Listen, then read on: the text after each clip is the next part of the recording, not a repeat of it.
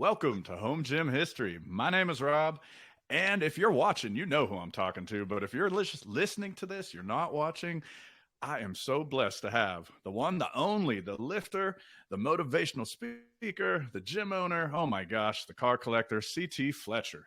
Welcome, Yeah, CT. crazy old bastard. I, I would never. Thanks for having me, Rob. I appreciate it, man. Oh, well, I feel fortunate. I feel blessed that very early on when I started like tiptoeing into like Instagram and all this kind of stuff and getting a little braver about things because I'm actually, believe it or not, kind of shy in everyday life. I was fortunate that I was sitting on the couch one night and I pulled out Instagram on my phone. I was like, oh my gosh, honey. I talked to my wife. I was like, I think CT Fletcher just started following me. And she was like, oh, that's awesome. That's the guy that swears a lot, right? I was like, yeah. That's him.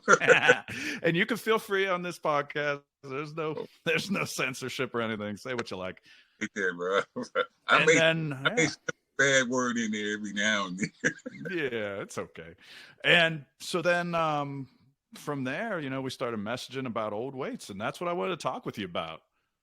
Great, fantastic. Yeah. For you guys that don't know, Rob is a really good dude. I mean, he got a lot of old weights. I love that shit. I love just about everything old, but old weights are a passion of mine, and definitely, if you know anything about Rob, it's a passion of his. So that's where we made the connection. And I have a annual weightlifting competition called Pig Iron Bench Press Championships. And I'm sure if you listen to Rob, you probably know what pig iron is by now. Ask Rob to tell you what it is. We needed a long 7-foot bar for that. And pig iron 7-foot bars are just, like a needle in a haystack. You can't find them. But Rob's a man. He found one. He supplied it for our championships, and he didn't, charge me a cent for it. So anything I can do for this guy, you better believe I'm going to do it. Oh, well, the pleasure was mine because, anyone who gets into, like, tracking down this stuff, it's just like anything. Like, if you follow CT online, listeners, you probably know he really likes bicycles. He really likes cars.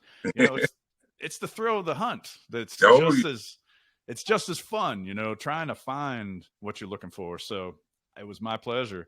And pig iron, absolutely. We can get into that. But that is actually a great segue to take us into like, how did you get started with iron? Because your gym, Iron Addicts, it's not just a cute name. Like, you are addicted to the pig iron. So what was the first pig iron in your life? How'd you get started with it? The first set of pig iron weights, when I grew up, I got my first set in 1969. I was about 10 years old, and my dad bought a small set of pig iron weights from a swap meet, a local swap meet we have here, and he brought it home as just for something for me and my older brother, who's a year older than me, to play with. Nice. He brought us a pig iron, and we took it out in the backyard, and that's where it all started, in the backyard in Compton. Nice. You answered one of my questions. I was going to ask, like, where did it go in the house? Was it basement, garage, backyard? Backyard. Right out there. The backyard. We had a little porch area in the backyard, concreted up, and we had our pig iron back there.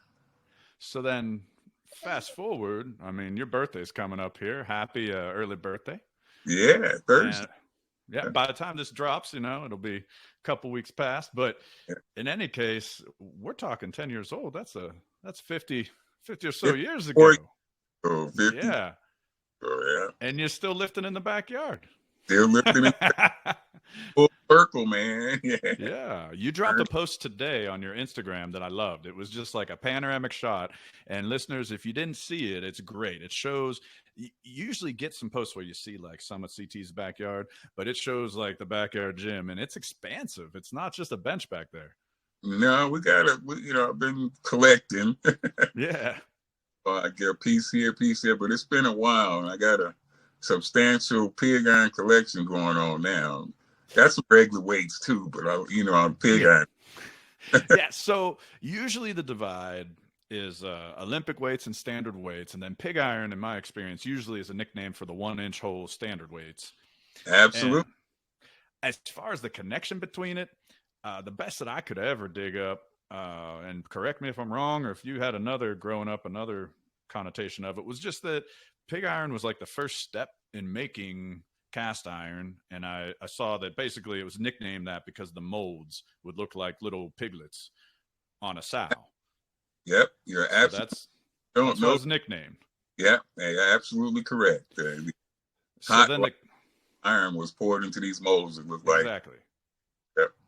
So then I guess the nickname, I was trying to kind of put together the dots like, okay, well, that's just in general. I mean, that's to make cast iron for anything, not just weights. Why would these be called pig iron? And I guess just the cheapness of it, or maybe because you start out on the standard weights. I mean, what's your take on that? Why call them pig iron? Well, I had no idea as a kid why they called it pig iron. I didn't find out about the goblets being shaped like piglets until many years later. But back then, I called it pig iron because that's on the streets. That Yeah. was terminology that everybody used, and they had a whole thing around it.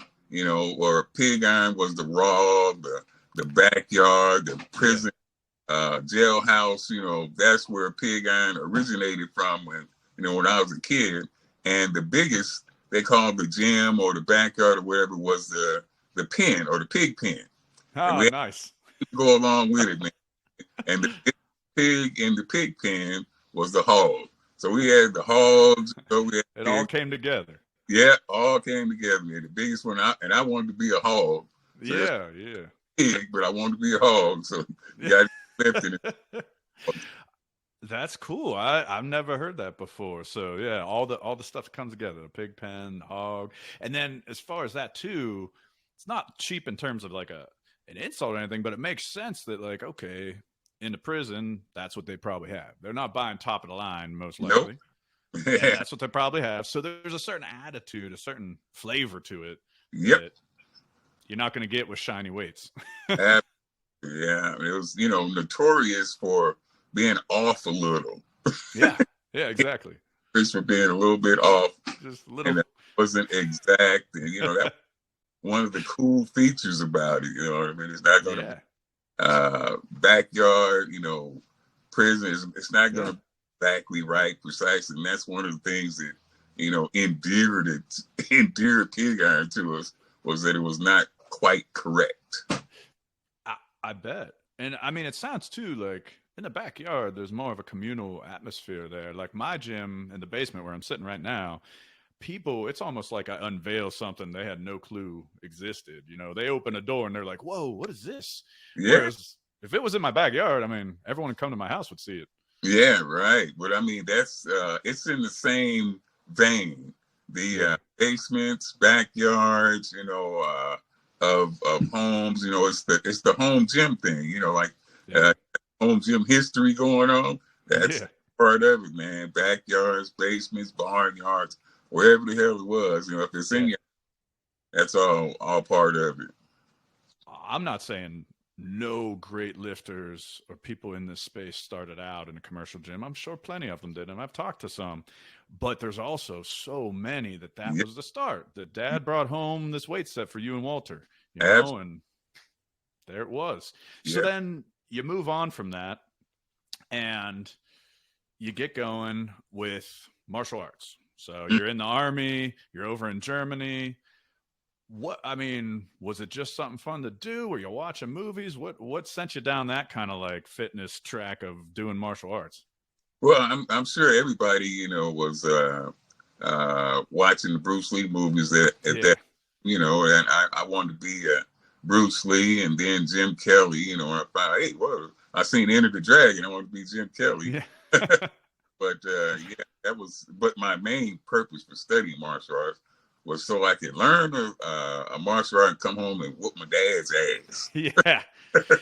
Yeah. I've heard you talk about, just the harsh, childhood you had with your dad and kind of the yin yang, the kind of balance of like your mom being such a steadfast support, but your dad being that other side of it. Yeah. So, you know, I'm sure we're going to come back to that in a sense, because I have some have some deeper questions about your philosophies on things. But, you know, when you come back and now you got some combat with the martial arts, but then what leads you to picking up the iron again and get back into that? All it took was for me to have a few fights and large tournaments to figure out that, hey, you know, I don't think I want to do this full time. Yeah. I mean, it's cool, it's wonderful, nice and everything, but full time basis is getting socked upside the head and just wasn't all cracked up to be. Yeah, I mean, I just watched the Conor McGregor new documentary on Netflix, and I was just kept thinking about myself, like, man, this man keeps on getting knocked around and coming back. It takes a certain personality. Absolutely, yeah. You got to have a certain. You got to be a certain makeup to do that. That's I respect fighters to the utmost, and I think for people to be able to truly respect what they do, they need to have done, you know, got a little taste of it to really be able to appreciate what these guys go through. Man, it takes a ton of testicular fortitude to do it. That's for sure. Absolutely.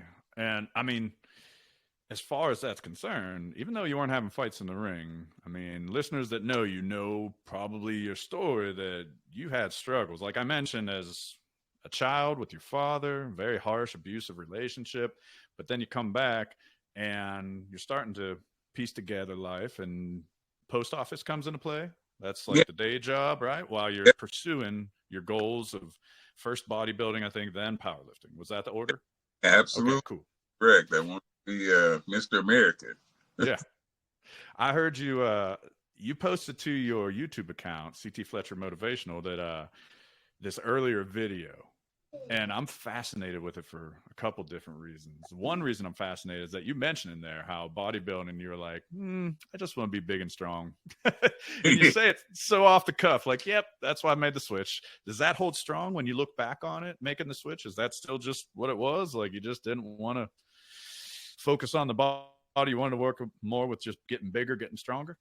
Well, you talked to me a little bit about Craig Munson before we got on the air. Yeah. That meeting him for the first time changed everything.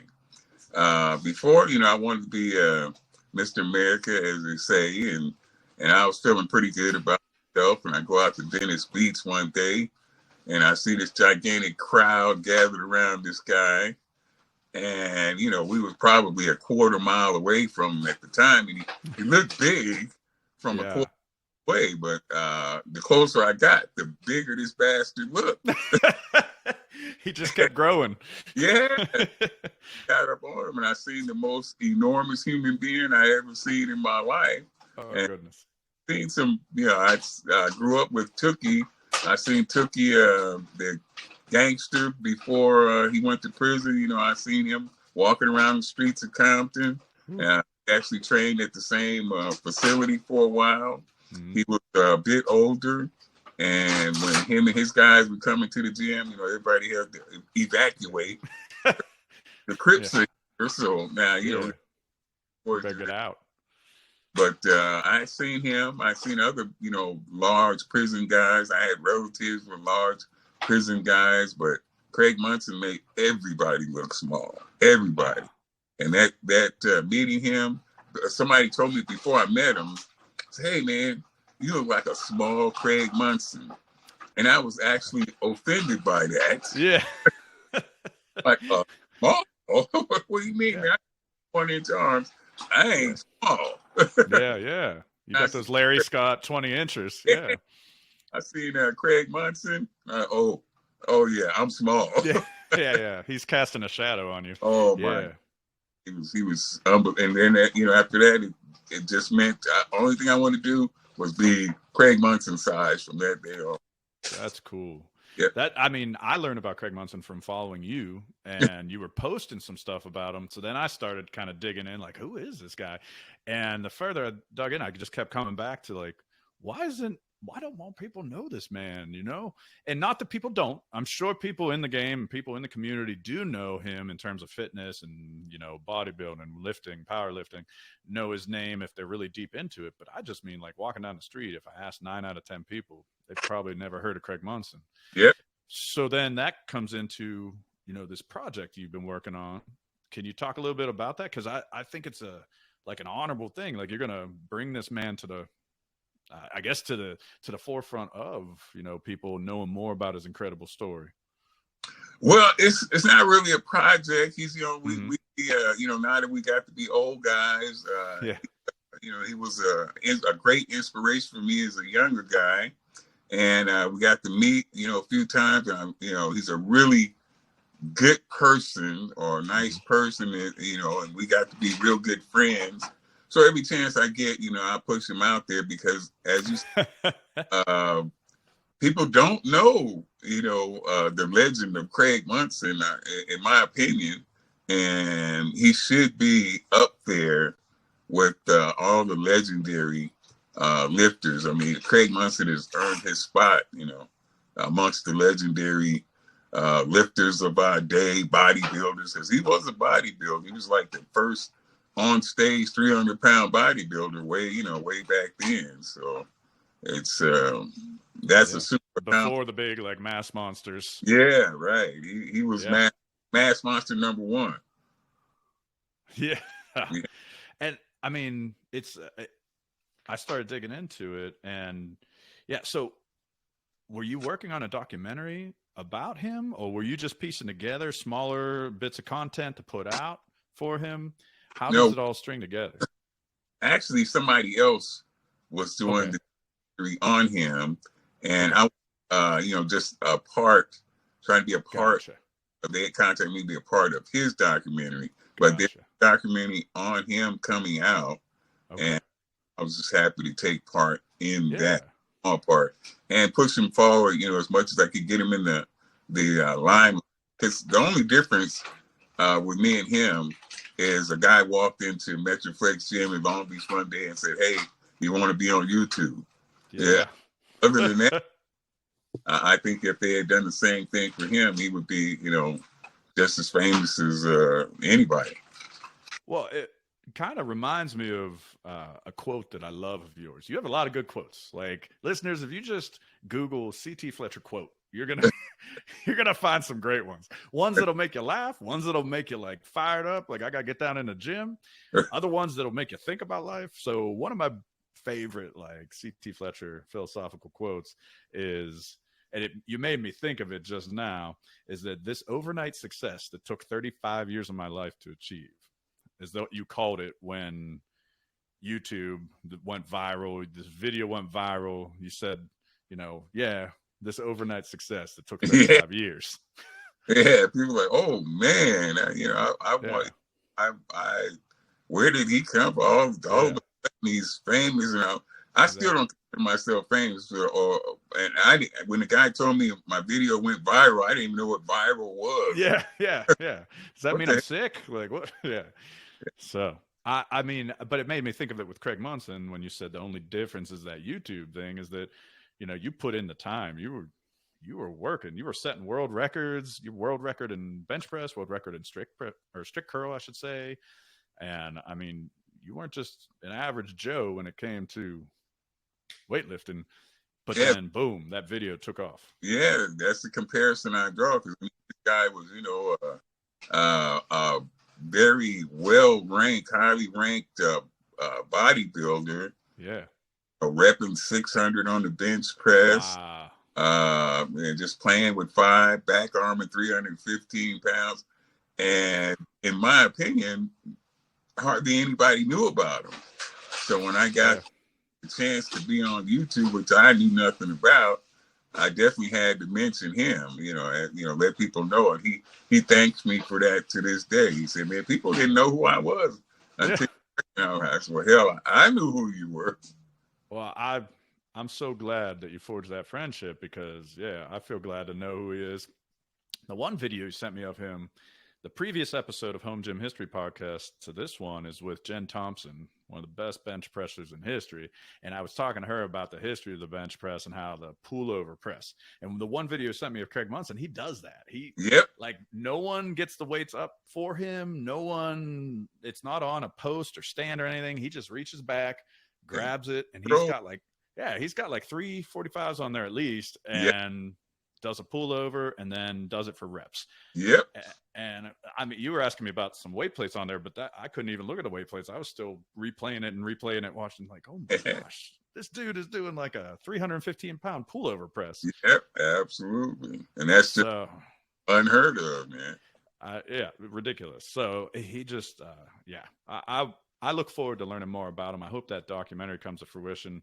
And, you know, whether it does or not, I love that you're sharing this story.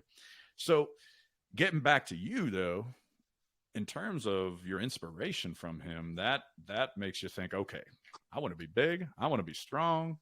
So now I'm going the powerlifting route. So then at that time, you're hitting the gym, right? And your day job is with the post office. Yeah. How are you making things work? Because you have 3 kids along the way during that time. And then, you know, is it just a busy lifestyle? You're just doing what you got to do. Like, when are you training? Are you training in the morning before work and the afternoon after work? How's it coming together that you're putting on that size and that strength and you're able to get to your goals, to get to that world-class level? Yeah, I was obsessed. Just like I think it's a necessity for anybody,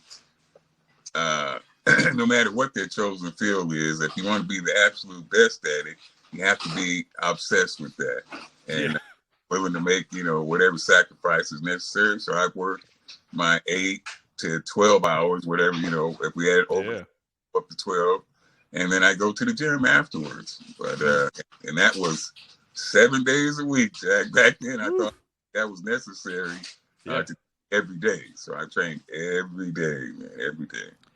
Well, actually, that's my listeners and followers on Instagram. I put it out there. Hey, what do you want me to ask CT? And on Instagram, Tim Smith 864 put in, as far as the history of your training and things like that, how long did you do this bicep with tricep the very next day training method? And you were going back and forth.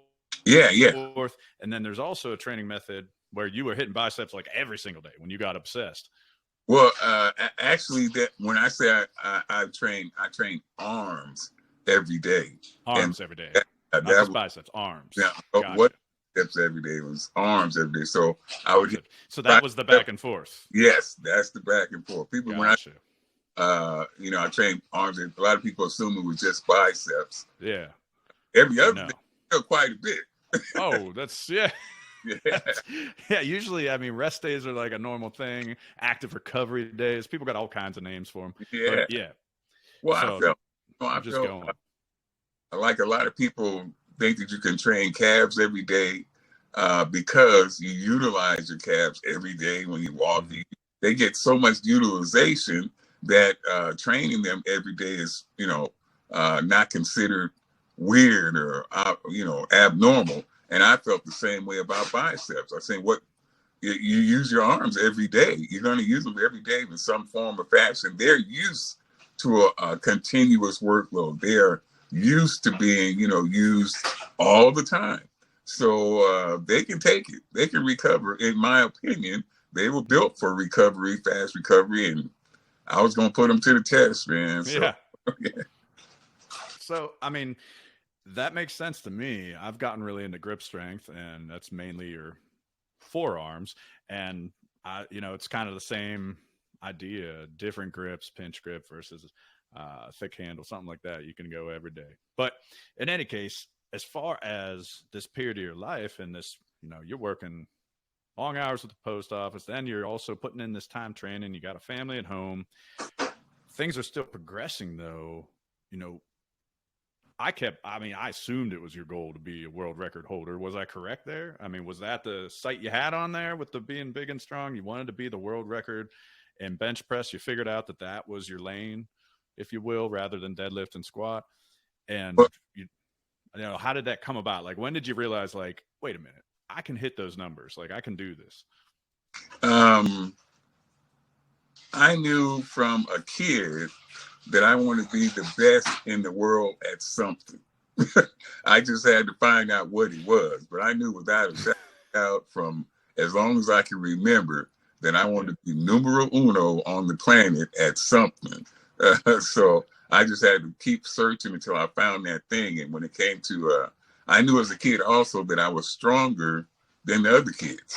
If you're strong, you're going to know it early on. I mean, when you're we would go out every day at recess, and me and the other guys would wrestle. We would wrestle at recess every day, and we put them. My brother and I were famous for the Fletcher headlock, man. We put. That's great. That's looking at a lot of wrestling back WWF and NW back in the day, man. We would throw that headlock on them, and that was our thing. So I knew early on that I was strong, stronger than most people. So that strength was a natural. I didn't know what it was, but it's going to be filled with strength. Well, I mean, a big part of professional wrestling, in addition to the wrestling, is the trash talk. Rest in peace, superstar Billy Graham just passed away not too long ago. Yes, man, one of my. And I mean, he was like the founder of, the talk of the talk. He was the man. Yeah. So, it's interesting to me to hear you talk about as a child this wrestling, because right away I think, oh, okay, like the two sides of you, the strength and the iron, but also the passion and the voice and the thoughts. Was that going on? Was there trash talk in the backyard when you're wrestling?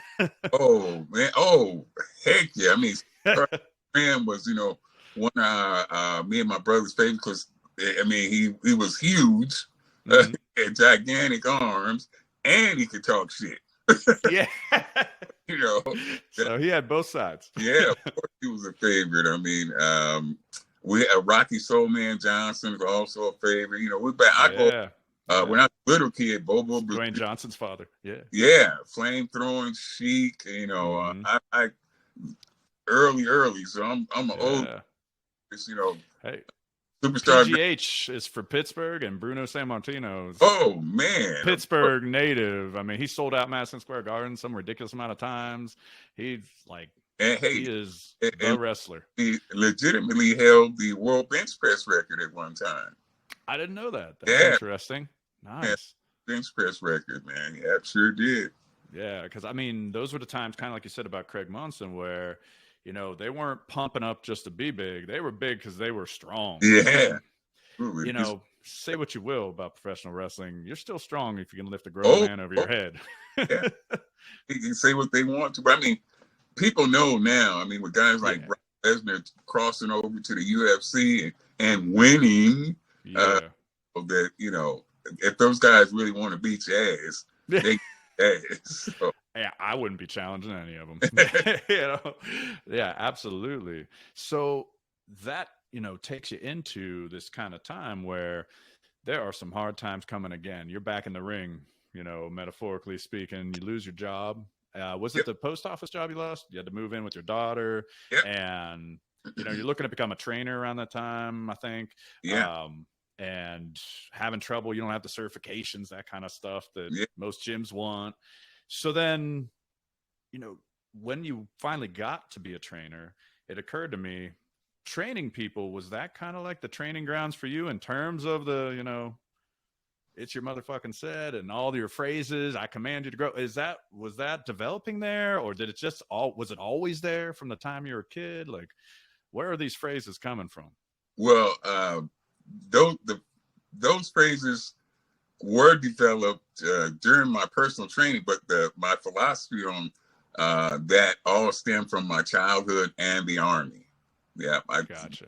My training was based on drill sergeant type training, and my dad, was a drill sergeant, so he's a preacher / drill sergeant. So sort of what I turned out to be. People, hey, you're a preacher, you got a preacher son and a drill sergeant, all rolling. Yeah, that's it, man. Yeah. That's how it came together. Yeah. And your dad was preaching in a garage for a while. So things, I mean, that's what I find fascinating studying your life is that there's so many connections through things with cars and the garage you preached in and things like Yeah, that. Rob, you did your due diligence, man. Yeah, that's No, correct. People don't remember that, or don't, that's a fact that's you had to dig deep to get yeah. there. Well, I mean, it's not hard with someone that, I think is interesting. That's why I like to do this podcast. I find these people interesting. I like to learn about the home gym history. So then, you've got this training career that's now taken off, and you're at least you're making a name for yourself, and word's getting around about you. And then we loop back to that viral video. So, when it goes viral, how did you learn how to? You said you didn't even know what the term viral meant. So Yep. As someone who's only been at this for about 2 years myself, in terms of being online and Instagram and stuff like that, how'd you learn the ropes? Was it just kind of jumping in there? Were people giving you advice? Were you just kind of throwing some stuff out there and seeing what stuck? I will tell you this: I was a horrible personal trainer. Horrible, because not too many people will put up with a personal trainer that tells me, I don't care if you throw up, fucking stay your motherfucking set. Most people, Yeah. That was Big Rub. He yeah, puked, and that's when you told him. yeah, a little too gruff for most Yeah. people. I didn't have the people that you see in the early on videos like Bulo and Mike Reed and Big Rob. Yeah. Those were, the core people who really identified with my, and could take it, and kept coming back for more. Yeah. So that's why you see those guys in the videos, and yeah, because I was not making a very good living being a personal trainer. Trust me, Yeah. I would be broke as fuck if I Yeah. had what I made from being a personal trainer. And as far as the YouTube stuff, the guy comes in and he, asked me about did I want to be on YouTube. I didn't know what YouTube was. Arash Babu was his name, and he had a YouTube channel called Strength Project. So it was already well known, well established, and he put me on his channel, get out there in front of a lot of people. And I had no idea about it. Only question I asked him, Rob, was, can I be myself? Can I whatever I want to say? And he said, yep. And as soon as he said I could be myself, I just let it go. I didn't care. I didn't know that it was even possible to make any money from YouTube. I didn't even know, I didn't know anything. All I wanted to know was, could I be myself? And if I could be myself, then everything's fine. I just had the green light to go ahead and be CT. And if they liked it, they cool. If they didn't like it, I didn't care, because I had nothing to lose. As far as I am, so like it, cool. You don't like it, that's cool too. Yeah, whatever. Yeah. I mean, so then it takes off. Now you start your own channel. You're putting out your own videos. That's supplementing, things. By this time, you're coming down in weight. You're not the guy in that early video that I mentioned that you dropped, where it had to be some type of training video. I mean, the VHS days or something. The one I'm referencing, I'll drop a link in the description, listeners, if you want to check it out for yourself. But you're so calm in it. And that's where I was like, who is this guy? I'm listening to it, and you're just this calm, like, hi, this is CT Fletcher, and I'm the strongest bench presser you never heard of. But then there's just these little moments in it where I'm like, oh, there it is. So like, for example, you finish up talking about like, okay, so that's how I set up my bench press. Then I got to do that sit up, and that's about it. But once I get up there and doing reps, I just get crazy. And you said like, I just get insane. And then, but you had the look, you had that like, that look in your eyes that I'm used to. And I'm like, oh, there it is. Like he's in there. I see him. And then you mentioned in that video as well, you talked about the cheeseburgers. And I was like, oh, there it is. I know about the cheeseburgers. Absolutely. So yeah, that video is so different, the way you speak in it, than the videos that you became known for. So it's so interesting watching. I encourage my listeners to watch it. But where I'm headed with this is, were you just instantly comfortable in front of the camera? You're talking about how you're being yourself, but it still takes some, I don't know, some guts for some people to put yourself out there like that. So, you just felt like, hey, this is it, or did it take a little time putting out videos for a while, or was it just from the go? Once that one hit, you just started running with it? Um, I am actually introvert. Yeah. It may not seem like it, like like you say, you seem very natural and calm, and like you've been doing this for quite some time. A great interview. I appreciate that. Thank you. Professional, but my comfort came in, when I asked the question, could I be myself? So it's not hard to be yourself. So in the video that you're referencing, the early video, I was very much controlled on what I could and couldn't say.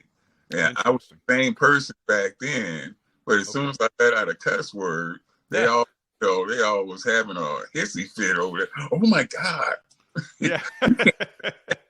And I'm like, oh man, this is going to be difficult to make it. I had to really tone myself down, by several notches in order to get, and I wanted as many people as possible to see me. So I had no problem back then. I was, at that time, I was really trying to get in the World's Strongest Man contest. Okay. Like I had a good shot at that, because you not only had to be strong, you had to be somewhat mobile and athletic. And I felt like that was right. And I was doing everything I possibly could. So I said, well, if I make this video, and I'm calm and I don't say too many bad words, get a shot, man. So I was trying to get a shot. That's interesting. Yeah, I mean, it's still, I think, true about World's Strongest Man that you got to be mobile. You got to, it's not static strength. They're doing the carries and various things. I love strongman. So when it comes to your inspirations, I talked a little bit about professional wrestlers, but in terms of your phrases and things like that, I brought up Big Rob. He's doing squats. He pukes in a trash can. He goes back to it, and that's when the phrase came. That's the origin of that hashtag, that phrase. It's still your motherfucking set. But then what about the other ones? I mean, do you recall the first time you started talking to your arms and saying, I command you to grow? I recall that from a very, young age when I first really got serious about it. But the only thing I did was say out loud what I had been saying to myself for years. Great. I talked that way to my bicep, to myself for many years before, and then somebody comes along with a camera. I say it out loud, and they put it on YouTube, and there you go. There it is. Because, that was one of the first things I loved. And then, all of the various, F Friday and T-shirts and things like that. I mean, you love the F word. Oh, yeah. Was there someone in your life that, you just got that? Or was it, for example, as a veteran, I can tell you that the most cuss words I ever heard in my life was when I worked in the military. Like, it's just all time. And you know what's so strange about that, Rob? For me too, except I had an aunt named Hattie Gooseberry. That is a name. Hattie Gooseberry. Love it. With anybody. She could cuss with the best sailors, soldiers, Marines that I ever. Man. But, of course, I learned a lot, in the Army, my drill sergeant, cusser. He had cadence with his cussing. Yeah. Exactly. He had that rhythm with the cussing. Learned from some of the best. Mm-hmm. Like I said, my aunt from birth, from as far as I can remember, I enjoyed it so much because it was also a slap. My dad's super religious. Exactly. So way to rebel. Of course, without him knowing it or hearing it, was to be in cussing, because that was, oh, no, you can't say bad words, can't say. So every chance I had, I was like, fuck that. Yeah, exactly. It fit the bill. I love your aunt. Her name sounds legendary. I mean, oh, man. Hattie B. I would read a book titled that, like Yeah, the story of Aunt Gooseberry. I mean, she man, was that's else, great. something else. She was known around Yeah. for whooping men's ass. There you go.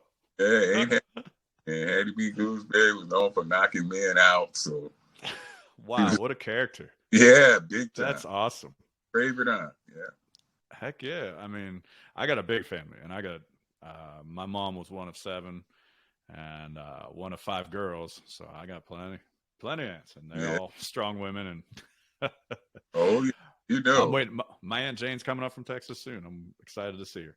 So yeah, she's a wild one. She's in her 70s, and I guarantee she's gonna go down the slides at the playground with my kids. And Yeah. There you she's go. gonna be she's gonna be right in there with my kids. I guarantee. Yeah. So as far as some of those things, that clearly rolls into people. That resonates. People are loving it. So you've got kind of apparel and the YouTube, and then Iron Addicts Gym is a dream of yours that comes in. But now, recently the stuff when I have, started messaging with you and things, you've got, and when I say recently, I mean, your YouTube channel's been around for about 10 years now, but you've got these competitions going on. So there was the Pig Iron World Bench Press Championship that I won a lifting belt from Cardillo. And that was how I touched base with you. I just won a contest. It was little did I know that I'd end up being able to message with you. But how your strict curl organization, why did you form that, the International Strict Curl Association? Just because it needed to be? No, I wanted to bring it back, because Okay. I played strict curling, and I wanted to bring it back here in the States. Okay. And I just felt it was time, because everybody can't bench press, everybody can't deadlift, and everybody can't squat. But there's a whole lot of people can't do those things. They can curl. Yeah. So I wanted the curlers a chance to show what they can do. That's very cool. Yeah, I'll shoot you his name. There's a guy here in Pittsburgh that I've messaged with that's his thing. He's obsessed, and he's like you just described. This man, he's not deadlifting 700 plus pounds, but boy, is he putting the weight on when he curls. Yeah. So yeah, and he's got a brick column in his basement gym, and that's what he goes up against. Because correct me if I'm wrong, that's the number one rule. You got to be against the wall if you're going to strict curl. If your back, head, and butt is not up against the wall, in my opinion, it is not strict curl. Because I know they tried to change the rules and make it easier for the lifters. They give them a easier bar to curl with, this more ergonomically. Yeah. It's not going to hurt your wrists or elbows and things. Yeah. To make it easier, but we don't do none of that shit over here. Yeah. They competed the same rules that I had, back in the day, and same bar, same everything. We're going to keep it, like it was intended to be. It's not intended to be an easy lift, and we're not going to make it easier to make anybody. I think it's entertaining to watch because it blows my mind. I'm a fairly average lifter, but it just blows my mind what these people are doing. But you broke the record in strict curl. I think, did I read it correctly? At least the first one you broke 225. Yeah. What, you strict curled? Yeah. Goodness gracious. I mean, there are people out here that are just benching 225, and you curled it, and you didn't just curl it either. You weren't swinging your hips or anything. You were up against the wall. Oh, yeah. Man. That was something. I competed in Kevin Mescue had a strict curl organization way back then. And as far as I know, he's the oldest, had the oldest one. World strict curl something? I forget. Really remember the name of it. Yeah, I forget, but I recognize the name that you said, and I think it was named like the World Strict Curl something. Yeah. And but he established the rules, and the same rules that we use in ISCA, man. I love it. So then, in addition to that, you've got coming up here with a gentleman that I was fortunate enough to meet at Home Gym Con in April, the first Home Gym Con, which, by the way, listeners, is occurring again next year. So come on out to Indiana to Home Gym Con. I'll be doing some live podcasts there. I was fortunate to meet Midwest Calm. Yeah. And a good buddy of yours, and he's put together like a. If I read the post right, Jungle Wars is kind of like a combined different facets of Iron Wars. Is that right? Absolutely. It's like Iron Wars on the road, man. Nice. A lot of people have, asked, hey, I wish you would bring Iron Wars here. I wish you would bring Iron Wars. I wish we had one here in, Philly or wherever they happen to be from. And I'm like, man, that's putting on these shows is a task and a half. People think that I would tell you, Rob, I have never made 1 penny on the show, not 1 cent. People think, oh, it's most of the time. I mean, if I break even, I'm happy as hell. But most of the time, I'm in the hole big time when I put on this. I do it because I love it, and I know how much competition means to the competitors. When I was competing back in the day, it meant the world to me. Every competition was the Olympic Games, man. You be on competition day. It was that, and I'd have people say, man, you act like it's life or death. And I'm like, damn right it is. To me, it is. Think about the time you put into preparing for those competitions. Yeah, I mean, that's a lot for that one day.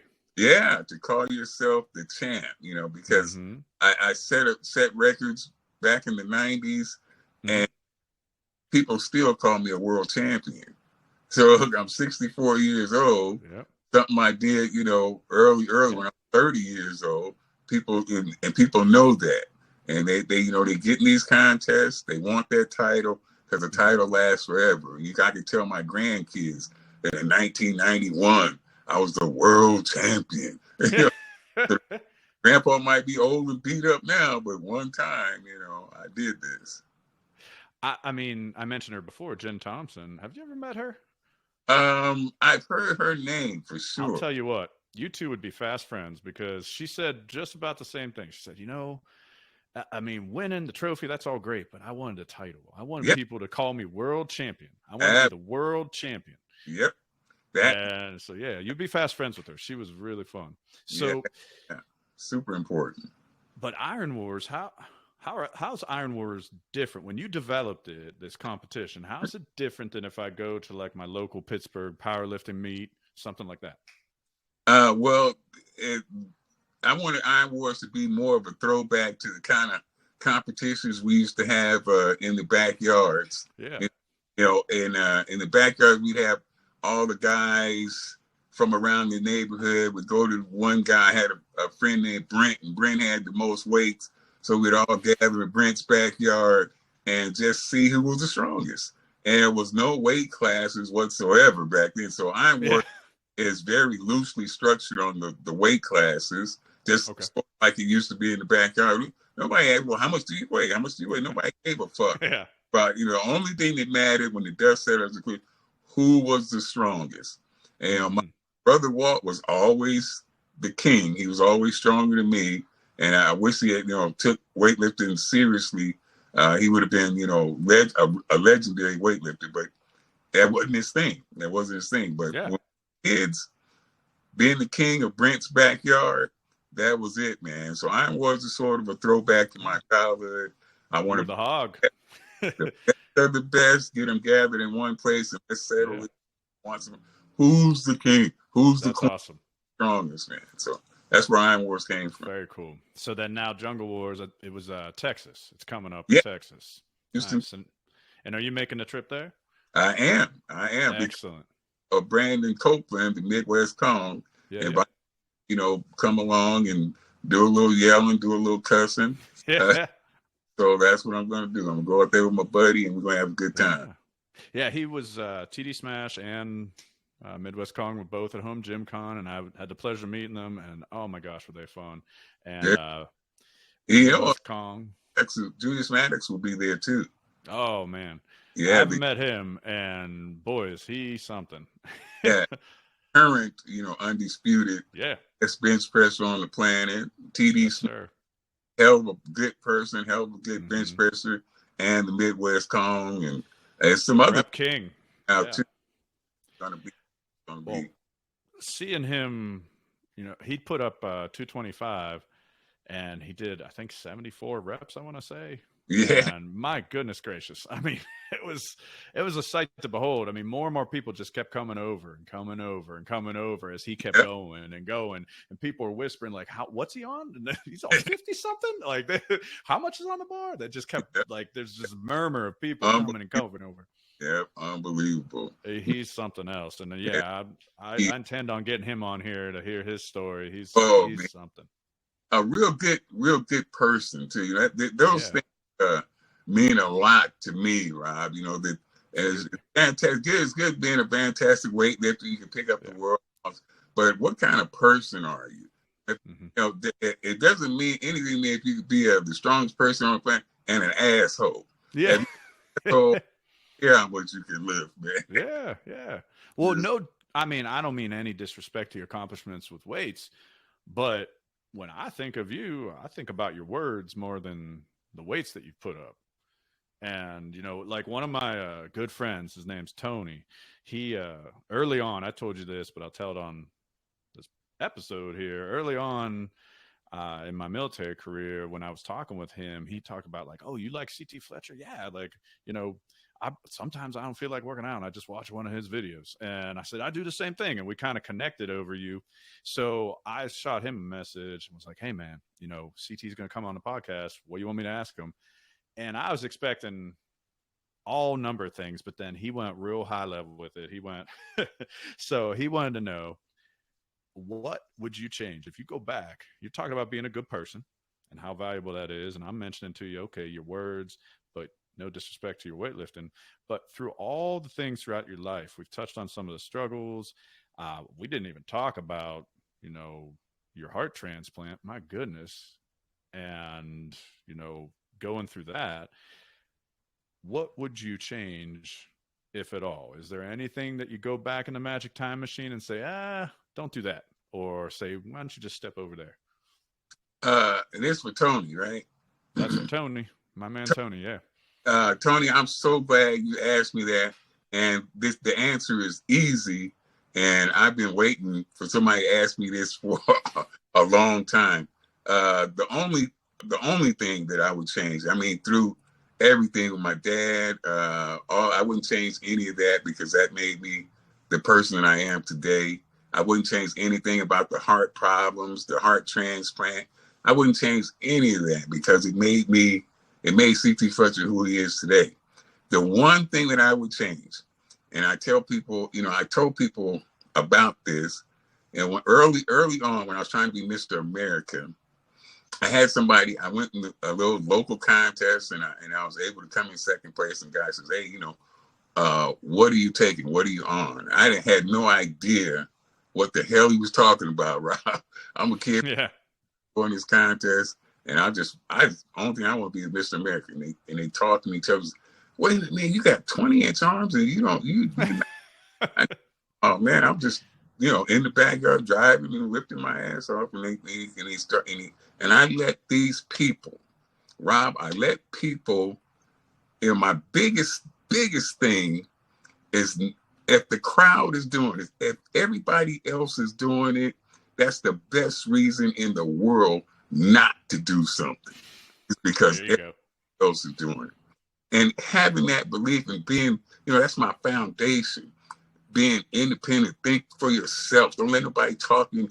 And I let these guys talk me into trying steroids.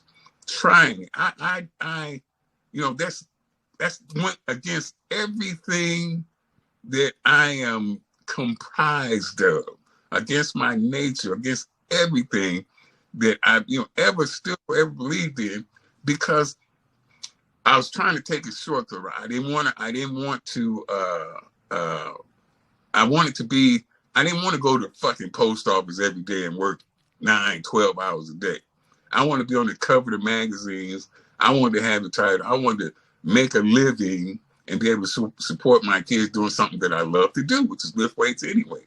And I let that sway me, and I let that talk me into trying this, experimenting with this shit. And it wasn't illegal. You know, it wasn't even illegal back then. Yeah. So I'm trying to justify it with myself. but I could never justify it with my conscience and with my heart, with my soul. I could never justify it in there to myself where it was important at. So if I could change anything, Tony, I would take those fucking 6 months back and not do that shit. If I could do anything, that would be the thing that I would change. Because no matter what I say now, you know, I told people about it. I tell people about it. And no matter what I say, they're gonna always say, even though that shit was, you know, what, fucking 50 years ago. They're gonna be like, they bring it up. I knew it. I knew. Yeah. Yeah. Gotcha. Yeah. I told you. You didn't discover. It wasn't like they did a deep dive into my past. Yeah. I told you, man. So if I could change anything, Tony, it would be that. It would be that. I wouldn't do it. That's good. And it's interesting because, I mean, who knows how life, the butterfly effect, like one thing changes, would it cause like a domino effect? But having studied your life recently, I can say that you take out that one little piece, well, you're probably still seeing Craig Munson. You're probably still becoming a power lifter. You know, I don't know if it would have changed anything. So that's a good one. That's something.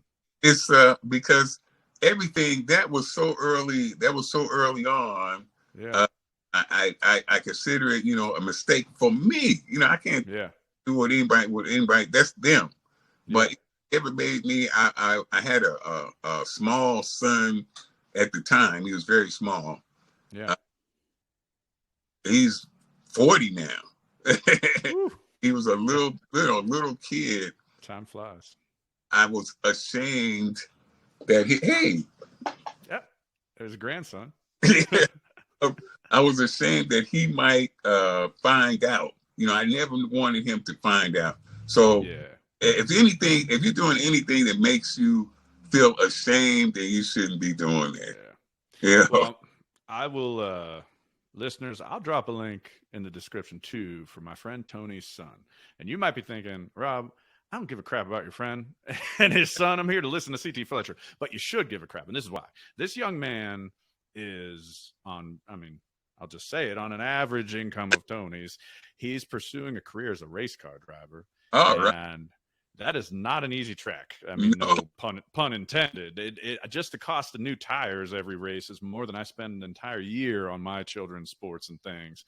And this young man, you know, he is something else. He has really progressed, and he's racing takes a lot. Spec Miatas, and I know you're into cars, CT, so I wanted to mention that too. And everything you just said, I guarantee Tony's going to play for his son, because it's good advice for his son as far as putting in the time and taking shortcuts. And I don't mean with steroids, but I mean just with anything. There's shortcuts. You know, taking money from someone you shouldn't, something like that. I mean, there's shortcuts everywhere. Yeah. If it bothers your conscience, if you can't sleep at night, if it makes you feel uncomfortable, don't fucking do it. Well, there's a great little, it's like 10 minutes long. This company made a film about him because he's one of the only black young drivers. And they made this like 10-minute film about him and how much he's progressed and moved up, because I learned all this listening to Tony. And now he's racing Spec Miatas and he's moving up and moving up. So, yeah, he's coming along, Antonio. All right. Hey, good job. I'll send it over. There you motherfucking said, Tony. That's right. That's right. So as far as cars, though, listeners, if you're following CT, you may have noticed he's got a couple different handles on Instagram because, like you said at the very beginning, you love everything that's old.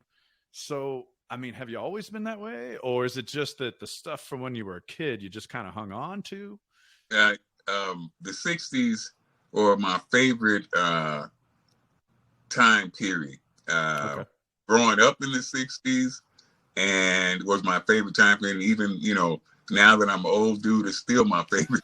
Of the 60s, man. Everything, you know, the stuff that I couldn't get as a kid. You know, I like model cars as a kid, and we could only afford certain ones. You know, if they was at the Thrifties, which was a little, you know, cheap store back in the days called Thrifties.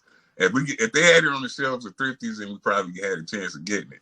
But wasn't no department stores or, you know, model shops or hobby shops. Or we could go to the Goodwill and get, you know, a broken car and try to make the best of it. But you know, a lot of things that I could not get when I was a kid. I made a whole video about a Lost in Space robot that I wanted for Christmas super bad. I want a robot so You made bad. a promotional video for your Oh parents? my God, that robot! So when I didn't get it, and I was super disappointed. 60 years old when I got that fucking robot. You found it? Yeah. Oh, that's great. I mean, I fell in love with my wife for a lot of reasons, but I told a story how when I was a kid, I wanted this calculator watch, which, I mean, I know that sounds like the dorkiest thing in the world compared to like a robot. But to me in 1986, I was like, ooh, man, that is technology. Like, it could store 5 phone numbers on it. I was like, I never have to memorize my friends' phone numbers. Like, it had a light bulb in it. Yeah. So she found it. I couldn't believe it when we were dating, and she gave it to me as a present. I was like, oh yeah, that's a key. damn. Like, I'm going to propose to this woman. She got me my calculator watch. So you found your robot, and you also found, oh my goodness, one of my listeners, Axe Niffer. I hope I'm saying that right, Axe Niffer. Anyway, he wants to know, how many old cars and trucks do you actually have? Hey, you know what? How you spell his? Yeah, I was gonna say it was Axe Niffer. That's why I hope I'm saying it right. AXENIFFER. Oh, Niffer. Yeah. I don't think I have a name. I mean, part of me was hoping he didn't submit a question just because he wanted me to say that. Okay. Okay, Axe Sniffer. I had 12, but I have cut my collection down to 7. And I'm trying to get rid of a 78 Thunderbird convertible. Okay. So, anyone out there on the market, hey, there you go. Thunderbird convertible, man. Yeah. Be yours. Yeah. Once owned by CT Fletcher. Yeah. Well, I mean, so bringing those childhood dreams fruition, also bicycles, because you have CT Auto Addicts, but then you also got an Instagram account, CT Bike Addicts. Yep. So how many bikes do you have? How many bicycles? Oh man, I have had up to 100. Oh my goodness gracious. Yeah. But I'm down to about 20 now. Well, your backyard's filled up with weights. Where are you keeping these bicycles? I actually, I have a room that's just for the addicts. Oh, that's cool. Built is just for a bike shed. Wow. Okay. I have a room in my house where my records are. I like vinyl records. Oh yeah, man. So yeah, I got my records in there and stuff like that. So I can understand that. So your wife Beatrice, she's got to be patient. Yeah. Does she ever ride the bikes? Does she like the bicycles or the cars, or does she just love you? Every blue moon, she'll ride the bikes with me, but she really likes riding the old cars. Yeah. Yeah, we have fun doing that. I told my wife once their kids are a little older, I'd love to pick up an older car and just take her out on dates. Oh, nothing like it. You guys will have a ball. Yeah, that's on the bucket list. That's on there. I don't know if I'll get 12, but one will be okay. I'm just over the top, man. Yeah. Well, you're obsessed, like you said. Yeah. You like something, you like it. Now, your weights, when it comes to that, do you have any, I mean, you love pig iron. I've got my plates cleaned up. They're in my gym. I'm watching them. I put out a lot of videos doing that, restoring them, or sometimes I like them a little worn. I like the way they look when the paint's chipped and worn, but yours are outside. They're just rusting away. I mean, I know you have a shed. You showed me your shed where you got some different weights stacked up, but is there anything that you really like a lot in that home gym that you're like, man, this is one of my favorites? Oh, my 7-foot bar for sure is there you go. Star. I mean, that is the star of my collection.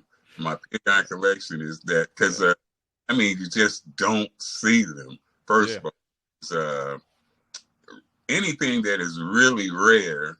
I also one of a kind stuff. That's probably my favorite. My cars.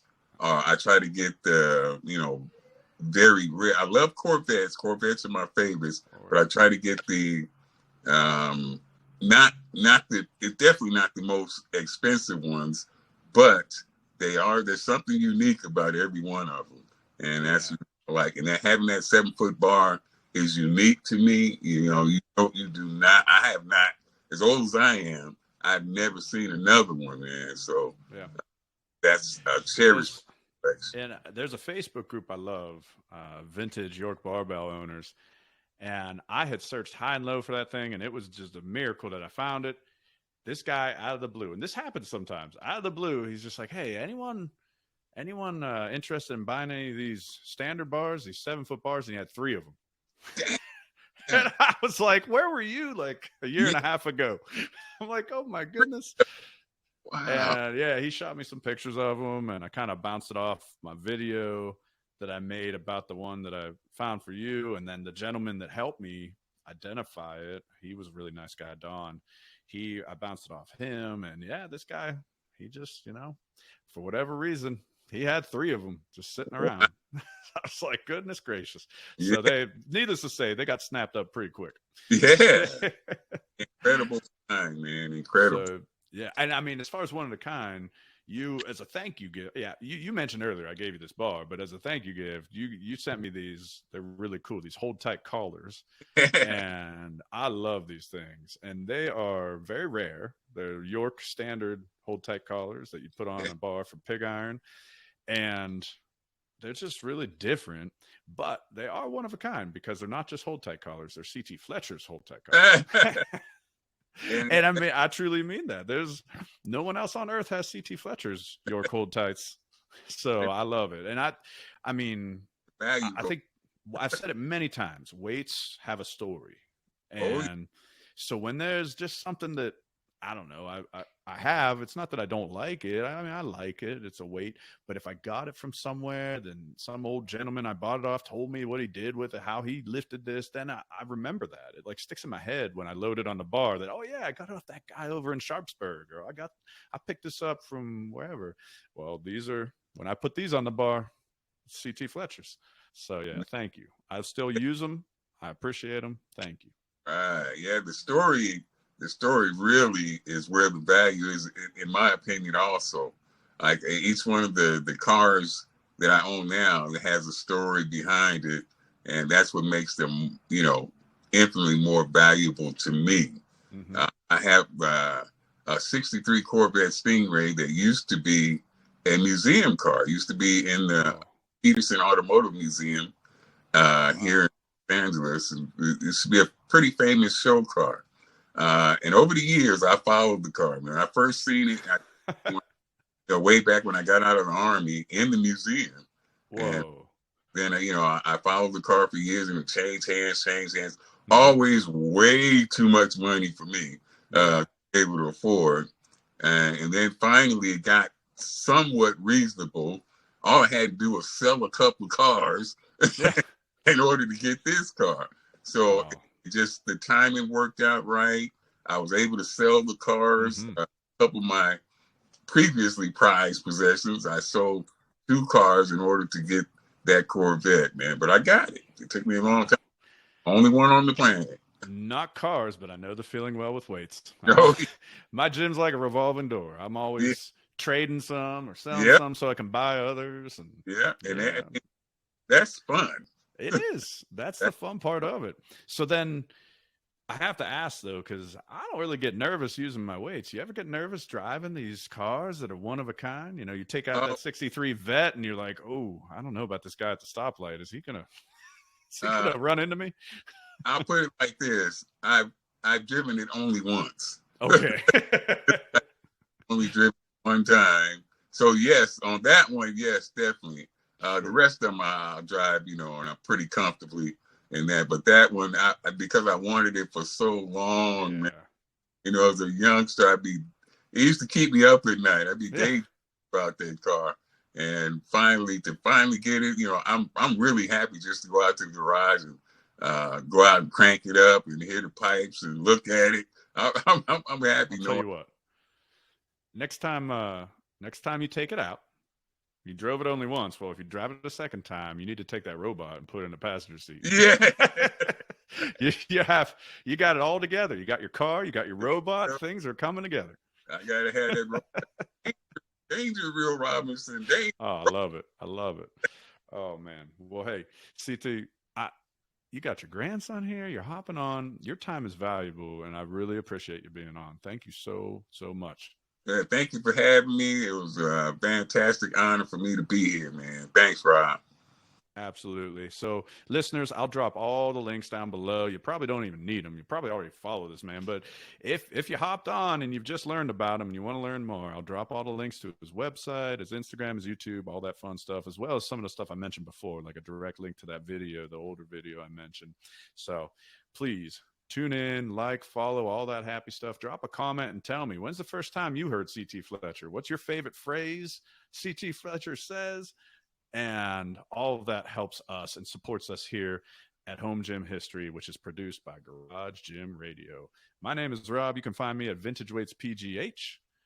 And CT, my goodness, you're a friend, and I enjoy you. So please, I hope we can stay in touch. And thank you for coming on. Most definitely. Thank you for having me, Rob. All right. Take care.